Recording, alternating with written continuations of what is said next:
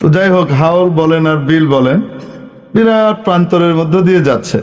তো হঠাৎ ওই লোক গায়েবী আওয়াজ শুনছে যে কেউ বলছে যে অমুক এর ছেলে অমুকের বাগানে তুমি পানি দাও। কাকে বলছে? মেঘকে, সাজকে। উপরে যে সাদা মেঘমালা থাকে এটাকে কি বলেন আপনারা? মেঘ বলেন, সাজ বলেন না? হ্যাঁ, ময়মনসিংহ আর সিলেটে কয় হাজ। এরকম পাকিস্তান নারীর জানা যায় কি সারা দুনিয়ার মানুষ এসে জড়ো হয়? অনেক আত্মীয়রা আসেন, কবর হয়ে গেছে।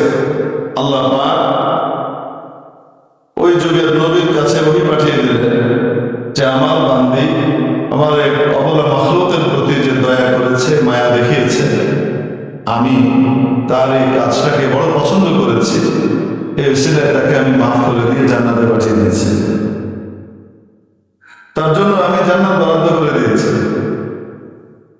মুহতারাম দোস্ত, এটা কুকুর আর অবলা প্রাণীর প্রতি, যেই প্রাণীর লালা শরীরে লাগলে নাপাক হয়ে যায়, কাপড়ে লাগলে কাপড় নাপাক হয়ে যায়, নামাজ হয় না, নাজাসাতে গলিজা, পায়খানা পেশাবের মতো নাপাক, বরং জানের দিক থেকে তার চেয়ে ভয়ঙ্কর। এই জান দূর করার জন্য নবীজি সাল্লাল্লাহু আলাইহি সাল্লাম কুকুর যদি কোনো পাত্রে মুখ দেয় তাহলে নবীজি ওই পাত্রকে পরিষ্কার করার জন্য 7 বার ধুতে বলেছেন। কোন রিওয়ায়াতে 8 বারের কথা আছে, কোন রিওয়ায়াতে আছে উলাহুন্না বিত্তুরাব, কোন রিওয়ায়াতে আফিরু সামিনাতা বিত্তুরাব, কোন রিওয়ায়াতে উখরাহুন্না বিত্তুরাব। 7 বার ধো, তার ভিতরে 1 বার মাটি দিয়ে মাজো। এটা পবিত্র করার জন্য না, পবিত্র তো 3 বারই হয়ে যায়, 3 বার ধরে পবিত্র হয়ে যায়। কিন্তু কুকুরের লালার ভিতরে এমন জাম আছে যে জামের কারণে সেটা 3 বার ধোয়ার দ্বারা পরিপূর্ণভাবে চলে যায় এরকম না, এটাকে মাটি দিয়ে মাজতে হয়, খুব ভালোভাবে ধুতে হয়। এরকম একটা জঘন্য প্রাণীকে পানি পান করানোর কারণে আল্লাহ রাব্বুল আলামিন এই পাপিষ্ঠা নারীর সমস্ত পাপ মাফ করে দিয়ে জান্নাতে পাঠিয়ে দিয়েছেন।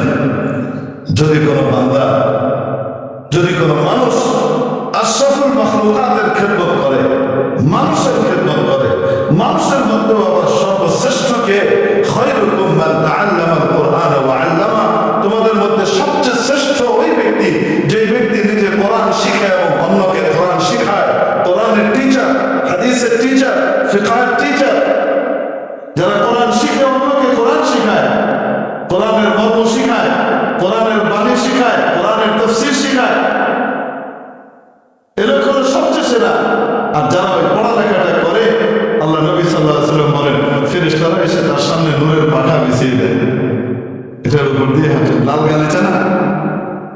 এই শ্রেষ্ঠ মানুষগুলোর যদি কেউ খেদমত করে, যদি তাদের খাবার দাবারের দিকে খেয়াল রাখে, তাদের বাসস্থানের দিকে খেয়াল রাখে, তাদের পড়ালেখার দিকে খেয়াল রাখে, তাদের জন্য মাওলায়ে পাকের কাছে কি মর্যাদা অপেক্ষা করছে এটা তো আল্লাহই বলে জানেন। এজন্য মাদ্রাসার কোনো সময় খেদমতের সুযোগ পেলে ইনশাআল্লাহ খেদমত করবো। তো মাদ্রাসার বাচ্চাদের, তালিবে ইলমদের, আসাতিজা ইকরামের, শিক্ষকদের এবং মাদ্রাসার বিল্ডিং বানিয়ে দেওয়া, যে আমি ভালো বিল্ডিং এ থাকি, আরামে ঘুমাই, আর মাদ্রাসার ছাত্র আর উস্তাদরা যারা দ্বীন শিখছে সবচেয়ে সেরা হচ্ছে আল্লাহ নবীর ভাষায়, আল্লাহ নবীর মেহমান হিসেবে যারা পড়ালেখা করছে, তারা শীতের ভিতরে কাঁপছে, তাদের জানালা নাই, তাদের দরজা নাই, তাদের উপরে ঠিক মতো চাল নাই। কিয়ামতের দিন আল্লাহর কাছে নবীজির সামনে কিভাবে মুখ দেখাবো? উচিত ছিল আমার ঘরটা যতটুকু ভালো হবে, আমার আল্লাহর ঘর তার চেয়ে সুন্দর হবে। আমার আল্লাহর নবীর মেহমানখানা এটা তার চেয়ে ভালো হবে। সৌদি আরবে যান, কুয়েতে, কাতারে যান, সেখানে যে সমস্ত দ্বীনি মাদ্রাসাগুলোকে তারা প্রতিষ্ঠা করে, তাদের নিজেদের বাড়ির চাইতেও তারা ওগুলাকে সুন্দর করে। আল্লাহ পাক তাদেরকে টাকা পয়সা এমনি দিয়েছেন তা তো না, তারা গুনাহ খাতা কম করে এরকম না, তারা অনেক গুনাহ খাতা করে, কিন্তু দ্বীনের প্রতি, ইসলামের প্রতি, ইসলামপন্থীদের প্রতি তাদের একটা আলাদা টান, মায়া, মমতা, ভালোবাসা আছে। খেদমতের জন্য এগিয়ে আসে। আল্লাহ পাক এর জন্য তাদের জন্য গায়েব থেকে রিজিকের ফয়সালা করে। এক হাদিস শরীফের মধ্যে এসেছে, বলবো নাকি? বিরক্ত হচ্ছেন আপনারা? আলোচনা তো করতে চেয়েছিলাম একটা, আল্লাহ নিচ্ছেন অন্যদিকে, যেদিকে ন্যায় দিকে। দিয়ে যাক, কি আর বলবো, টেপ রেকর্ডার তার সাথে পাবো না, তাই না? আল্লাহ পাক দিনে যা ঢালবেন তাই বেরোবে। আমি মনে করি হয়তো এখানে এই ওষুধটা দিলে বেশি কাজে লাগবে। আল্লাহ পাক বলবেন যে তুমি কি জানো এখানে রোগ কোনটা বেশি, এটার ওষুধ অন্যটা দরকার, তো যদি আল্লাহ পাক অন্য ওষুধ বের করবেন তা আমরা কি করবো? আমরা তো পুরো আমার হাতে ছেড়ে দিচ্ছি, আমরা এমন কিছু কথা বের করে দেন যেগুলোর দ্বারা কিয়ামতের দিন আমার এবং আমার সামনে যারা আছে শুনছেন তাদেরও কিয়ামতের দিন নাজাতের জরিয়া হয়ে যায়, মুক্তির কারণ হয়ে যায়, আমিও বেঁচে যাই, তারাও বেঁচে যায়। যাই হোক, হাদিস শরীফের মধ্যে এক ঘটনা এসছে। এক ব্যক্তি ওই বন চেনেন আপনারা, বন বা বড় মাঠ, ধুধু ময়দান, ধুধু প্রান্তর যে আছে, এটা কি বলেন আপনারা আপনাদের এলাকায়? হ্যাঁ, মরুভূমি তো বাংলাদেশ, মানে বিশাল মাঠ, বাড়িঘর নাই, মাইলের পর মাইল খালি ময়দান, যে এই অঞ্চলে হাওর বলে আমরা, তাই তো হাওর, বিল, এগুলাতে আসলে তো একসময় সমতল ভূমিতেও এরকম ধুধু প্রান্তর ছিল। এখন সমতল ভূমি যা আছে সব মানুষ বাড়িঘর বানিয়ে কি করে ফেলেছে, ভরে ফেলেছে, যার কারণে এখন যেখানে বর্ষাকালে থাকা যায় না ওই জায়গাগুলোই শুধু ক্ষেতের জন্য খালি পড়ে আছে। তো যাই হোক, হাওর বলেন আর বিল বলেন, এরা প্রান্তরের মধ্য দিয়ে যাচ্ছে। তো হঠাৎ ওই লোক গায়েবী আওয়াজ শুনছে যে কেউ বলছে যে অমুক এর ছেলে অমুকের বাড়িতে বাগানে তুমি পানি দাও। কাকে বলছে? মেঘকে, সাজকে। ওপরে যে সাদা মেঘমালা থাকে এটাকে কি বলেন আপনারা? মেঘ বলেন, সাজ বলেন না? ময়মনসিংহের ছেলেটা কয় হাজ, যে আপনারাও বলনি হাজ ধরছে, আচ্ছা মানে মেঘ আসছে। তো যাই হোক, হাওর বলেন আর বিল বলেন, বিরাট প্রান্তরের মধ্য দিয়ে যাচ্ছে। তো হঠাৎ ওই লোক গায়েবী আওয়াজ শুনছে যে কেউ বলছে যে অমুক এর ছেলে অমুকের বাগানে তুমি পানি দাও। কাকে বলছে? মেঘকে, সাজকে। ওপরে যে সাদা মেঘমালা থাকে এটাকে কি বলেন আপনারা? মেঘ বলেন, সাজ বলেন না? হ্যাঁ, ময়মনসিংহ আর সিলেটে কয় হাজ, যে আপনারাও কইনি হাজ ধরছে, আচ্ছা মানে মেঘ আসছে। তো কেউ শুনছে, দেখছেন আওয়াজ পাইতেছেন কিছু? আপনাদের প্রতীক্ষিত শেখ চলে আসছে। কে আসছেন? হাসান জাহান ভাই আসছেন, তাড়াতাড়ি নিয়ে আসেন, দেরি করেন না, অন্য জায়গায় বরকত দেওয়ার বিষয় আছে। আচ্ছা যাই হোক, ওনার অন্য জায়গায় বরকত দিতে হবে, তো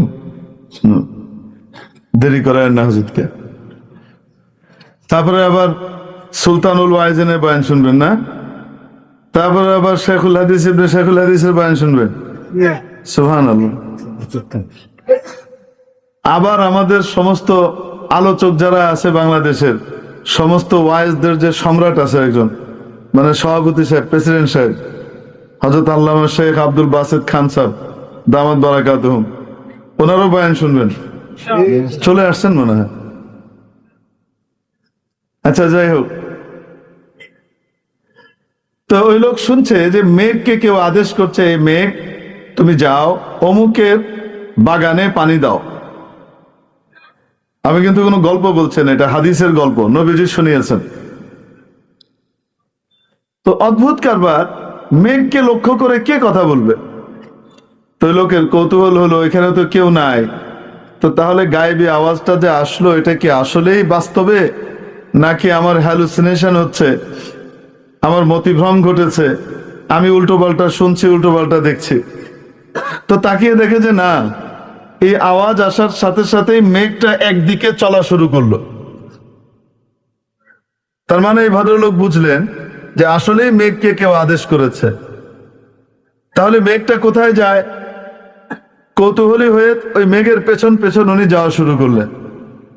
যেতে যেতে যেতে যেতে যে দেখে মেঘটা একটা উঁচু জায়গার উপরে, উঁচু একটা জমির উপরে তুমুল ভাবে বাড়ি বর্ষণ করলো, মুষলধারে বৃষ্টি বর্ষণ করলো। উঁচু জায়গাতে যখন বৃষ্টি পড়ে, পানি জমে থাকে, কি হয়? নিচে নেমে যায়। তো ওই উপরের ওই জমি থেকে একটা নালা দিয়ে, এটা নিচু জায়গা দিয়ে সব পানি একটা নালা দিয়ে প্রবাহিত হচ্ছে। এবার এই লোক ওই পানি দিয়ে যাচ্ছে, পানি কোথায় যায় দেখি। যেতে যেতে দেখে হঠাৎ অনেক দূরে এক লোক তার বাগানে কাজ করছে, তার ক্ষেতে কাজ করছে, আর এখান থেকে ওই যে নালা দিয়ে পানি যাওয়ার সময় ওখান থেকে পানি উঠিয়ে উঠিয়ে সেচ দিচ্ছে। তো এই ভদ্রলোক জিজ্ঞেস করলেন যে ভাই আপনার নাম কি? তো ওই ক্ষেতওয়ালা ওই নামই বলল যেই নাম গায়েবী আওয়াজে সে শুনেছে, যার নাম বলা হয়েছে মেঘকে, যে মেঘ তুমি গিয়ে অমুকের বাগানে পানি দাও। একটা বিষয় চিন্তা করেন, যখন হাদিসে এই ঘটনাটা পড়ি তখন এই জায়গায় এসে আমার একটা কথা আমার মাথায় এসছে। সেটা হলো এই প্রশ্ন, এই উঁচু জায়গায় পানি দিয়ে তারপরে নালা দিয়ে পানি যাবে কেন?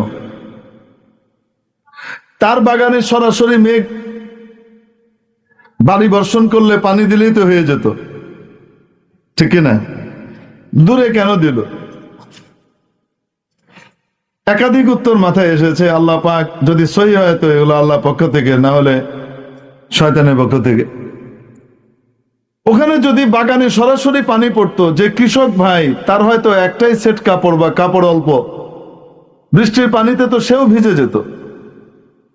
দরকার বাগানের পানির, কিন্তু সেও তো ভিজে যেত, তার কষ্ট হতো। দুই, যেই পরিমাণ পানি ওখানে হওয়া দরকার, দেখা যেত তার চেয়ে বেশি পানি হয়ে গেলে তার বাগান থেকে পানি বের করার জন্য তাকে আলাদা চেষ্টা করতে হতো। তিন, আল্লাহ পাক একজন নেককারের বরকতে 1000 জনকে খাওয়ান। এজন্য এই নালা দিয়ে যত পানি যাচ্ছে, এই নালা দিয়ে শুধু উনি উপকৃত হবেন তা নয়, ওনার জন্যই পানি যাচ্ছে, কিন্তু এর দ্বারা আরো শত শত জমিওয়ালা উপকৃত হবে।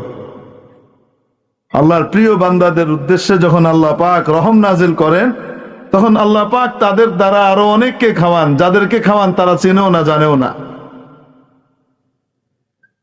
কার উসিলায় খাইলো তাকে চিনেও না, জানেও না। তো জিজ্ঞেস করলেন যে ভাই আপনার নাম কি? এই নাম মিলে গেছে। ভাই আপনি কি আমল করেন? ক্ষেতওয়ালা বলে কি আমল করি মানে? ভাই আপনি কিছু আমল করেন, আপনি আল্লাহর কাছে এত প্রিয় যে আপনার বাগান আর আপনার ক্ষেতে পানি দেওয়ার জন্য আল্লাহ পাক মেঘকে আদেশ করতেছে। আল্লাহর পক্ষ থেকে মেঘকে আদেশ করা হচ্ছে। তাহলে আপনি আল্লাহর কাছে বড় প্রিয়, কোন আমল তো আপনি নিশ্চয়ই করেন, সেটা বলেন। আমি আপনার নাম আওয়াজ, গায়েবে আওয়াজ শুনেছি এবং দেখতে দেখতে আপনার কাছ পর্যন্ত এসেছি। ওই লোক বলে ভাই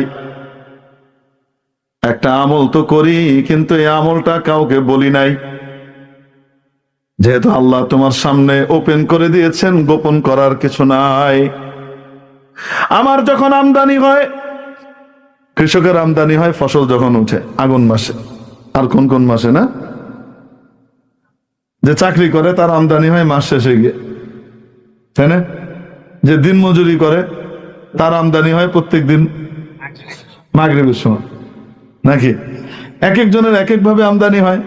ইউরোপ আমেরিকাতে আমদানি হয় সপ্তাহের ভিত্তিতে, সাপ্তাহিকভাবে পয়সা পায়। যাই হোক, আমার যখন আমদানি হয়, ফসল ঘরে উঠে, আমি এটাকে 3 ভাগে ভাগ করে ফেলি। 1 ভাগ আমি আল্লাহর পছন্দের জায়গায়, আল্লাহর রাস্তায় দিয়ে দেই। আরেক ভাগ আমার পরিবার পরিজনের খাওয়া দাওয়া সহ অন্যান্য প্রয়োজন পুরো করবার জন্য ব্যবহার করি। আরেক ভাগকে রেখে দেই আগামী বারের পুঁজি হিসাবে।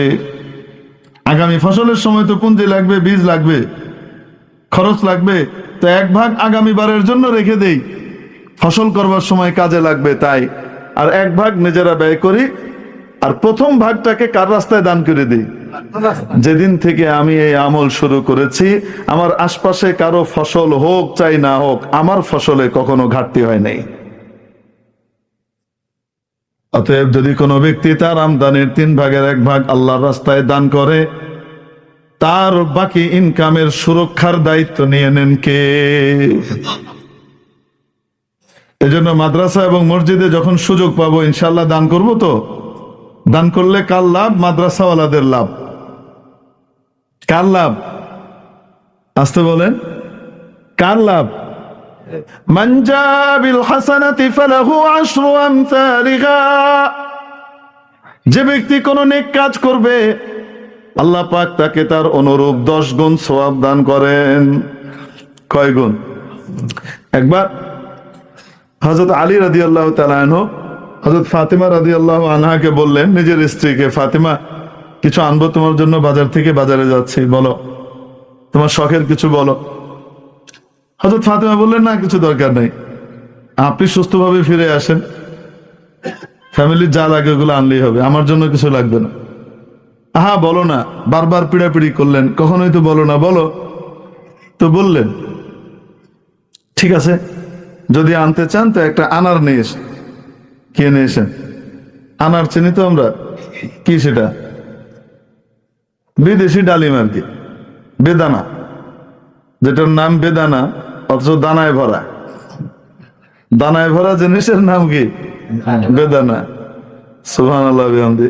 কালা বেডার নাম লাল মিয়া, এরকম আর কি। ওই জন্য কে যেন বলেছিল, নামের বড়াই করো না কো, নাম দিয়ে কি হয়, নামের মাঝে পাবে না কো সবার পরিচয়। তারপরে কিছু নাম টাম দিয়ে দেখাইছে, মতি ঝিলে মতি নাই, নাই কোনো ঝিল, এই টাইপের কি কি জানি মিলায় মুলায় একটা গজল বানাইছিল অনেকদিন আগের। আগে তো গজলগুলা হয়তো অর্থবহ গজল, এখন মাশাআল্লাহ গজল বানায় ডিস্টিং ফিস্টিং মার্কা গজল। ওরাও ডিস্টিং মিস্টিং করে, এরাও ডিস্টিং মিস্টিং টাইপের জিনিস বানানো শুরু করছে। তারপরে আলহামদুলিল্লাহ আমাদের ইসলামী এই সাহিত্য এবং শিল্প জগৎ আগের চেয়ে অনেক উন্নতি করেছে আলহামদুলিল্লাহ। আল্লাহ রহমতে আগে আমাদের 2-4টা গজল ছাড়া মানুষ খুঁজে টুজে পেত না। এখন আল্লাহ রহমতে এই পরিমাণ ইসলামী গজলের আবির্ভাব ঘটেছে যে মানুষ শুনে শেষ করতে পারে না, কোনটা থেকে কোনটা শুনবে। চারিদিকে মাশাআল্লাহ গায়ক আর গায়ক আল্লাহ পাক পয়দা করে দিয়েছে। এই জমানায় যদি কেউ ইসলামী সাহিত্যের এবং শিল্পকলার এই উন্নয়নের যুগেও যদি কেউ বলে আল্লাহর কাছে, আল্লাহ কিছু পাই নাই তাই গান শুনছি, ডান্ডা একটা মাটিতে পড়তো না। ইসলামী কিছু থাকলে আল্লাহ সেগুলো শুনতাম, কিছু ছিল না তো তাই গান টান শুনেছি, এই কথা কওয়ার সুযোগ আজ থেকে 30 বছর আগে থাকলেও এই যুগে নাই। এক কবি মুহিব খানের যা গজল আছে আর বিদ্রোহী কবিতা আর গান আছে জ্বালাময়ী, এগুলি শুনলেই তো শেষ করার সময় নেই। আরো কত কত বাচ্চারা মাশাআল্লাহ সুন্দর সুন্দর গাইছে, আল্লাহ কবুল করেন, বরকত দান করেন, আমিন। তো যাই হোক, তো হযরত ফাতিমা রাদিয়াল্লাহু তাআলা আনহা বললেন আর কি যে কি নিয়েছেন, একটা বেদানা নিয়েছেন, আনার নিয়েছেন। তো হযরত আলী রাদিয়াল্লাহু তাআলা আনহু বাজার থেকে একটা আনার কিনেছেন অন্যান্য জিনিসের সাথে। যখন রওনা করে বাড়ির পথে আছেন, রাস্তায় এক লোকের সাথে দেখা। তো সেই লোক বলছে, ভাই আমি বড় ক্ষুধার্ত, খিদে লেগেছে, আমাকে খাবার কিছু থাকলে দেন আল্লাহর ওয়াস্তে। হযরত আলী রাদিয়াল্লাহু তাআলা চিন্তা করছেন, খাবার জিনিস দেওয়ার মতো তো, বা খাবার জিনিস তো আছে একটাই আনার, এটা ভেঙে দিব তাও তো সম্ভব না, দিলে তো পুরাই দেওয়া লাগে। আর যদি একে দেই তাহলে ফাতেমা কোনোদিন শখ করে কিছু বলে নাই, আজকে আমার অনুরোধেই বললো, সেটা তাকে আমি দিতে পারলাম না, এটা কেমন হবে? আর যদি ফাতেমাকে দেই তাহলে এই লোকটার প্রয়োজন, সে ক্ষুধার্ত, তাহলে তো আল্লাহর হক নষ্ট হয়। ফাতেমার তো শখ, এই লোকের হলো প্রয়োজন, তো আল্লাহর খুশির জন্য দান করে দিছে।